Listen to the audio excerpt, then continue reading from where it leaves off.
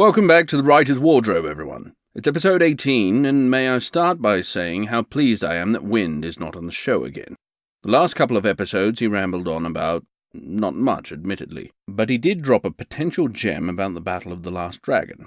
It seems the majority of people attribute the victory to a well-placed javelin throw by knight-turned-horrendous monster Kasserot. Our friend, the geriatric wagoneer, Wind de Bottom, master of tangents, says that he saw firsthand a dwarf launched from the catapult and laced with explosives get half swallowed by the dragon, which then exploded. That's why I've invited a dwarf to the show, in the hopes of finding the one that was fired from the catapult. Now, Grom, before we get too into things, perhaps you'd care to explain to those listeners who haven't looked at the episode art that I slaved over, what's that interrupting your hairline there? Well, it's a bloody big scar, Lou. How'd you get it? Shaving. Ha! You know, I'd almost believe you if I were as dim-witted as, say, Wind de Bottom. Instead, I know for a fact that you're not that inexperienced around blades. Very astute of you. You're really not giving me much to go on here. I thought you'd be full of tales of hairy-chested adventure and bravado. Sorry to disappoint, Lou, but I'm a blacksmith now.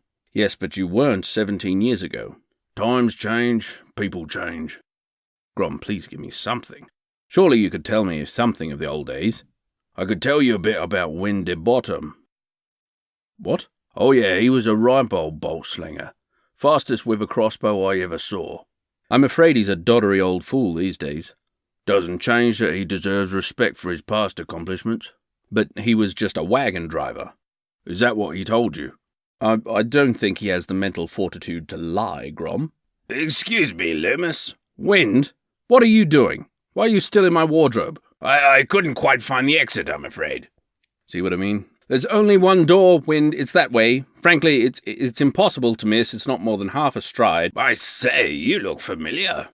Yes, I just interviewed you. Not you, the wee fellow. Hello, Wind. Long time no see. Sir Grogdom, is that you? It's just Grom these days, old boy. Old boy? Wait, you're the dwarf from the catapult. Not busy being a knight these days, hey? Wind, you never mentioned you knew the dwarf. Perhaps you should have asked the right questions, Lou. And no, Win, I'm just a simple blacksmith. And yourself? Still researching the benefits of ingested goods? My word! You know, I actually got to try fire ants the other day. Delicious. Left me with quite the buzz and feeling strong as an ox. Excuse me, just what is going on here? He saved the lives of more than 300 dwarfs, did you know that? No, I can't say that. No, you didn't have to bring that up. The law's changed, old boy. They can't lock you up for it anymore. But you, Lou, you didn't ask him, did you? Ask him what? Why there was a dwarf near his wagon in the first place. I'm not sure I follow. The Bottoms smuggled dwarves out of the city after the Duke passed the height law. What height law? It's irrelevant. The point is he's a hero. Unsung and unknown by all. I wouldn't go that far. No, you saved me and my family. You deserve the world and more. Well, you're not short of achievements yourself. Loomis, did you know this is the dwarf who was in the spoony bit of the catapult? Surprised you remembered on your own, to be honest. That scar's healed up nicely, too. I never would have guessed. He got it from a tooth, you know. A tooth? The dragon's tooth when I shot him into its mouth. Try not to fall behind, Loomis. It was a fine shot, Wind. A damn fine shot. Actually, Kasserot's spear toss was a fine shot, too. Damn lucky I was. I would kill for some casserole, actually. I'm positively starvacious. I'm sorry, but what is going on right now? I thought we might head out for some lunch. You'll stay right where you bloody are, and you'll explain to me what you mean about the spear toss. It was a javelin, wasn't it? Quite right, old boy. My mistake. Loomis should have known better, though. Goodness, shouldn't he have? Look how red his face is getting.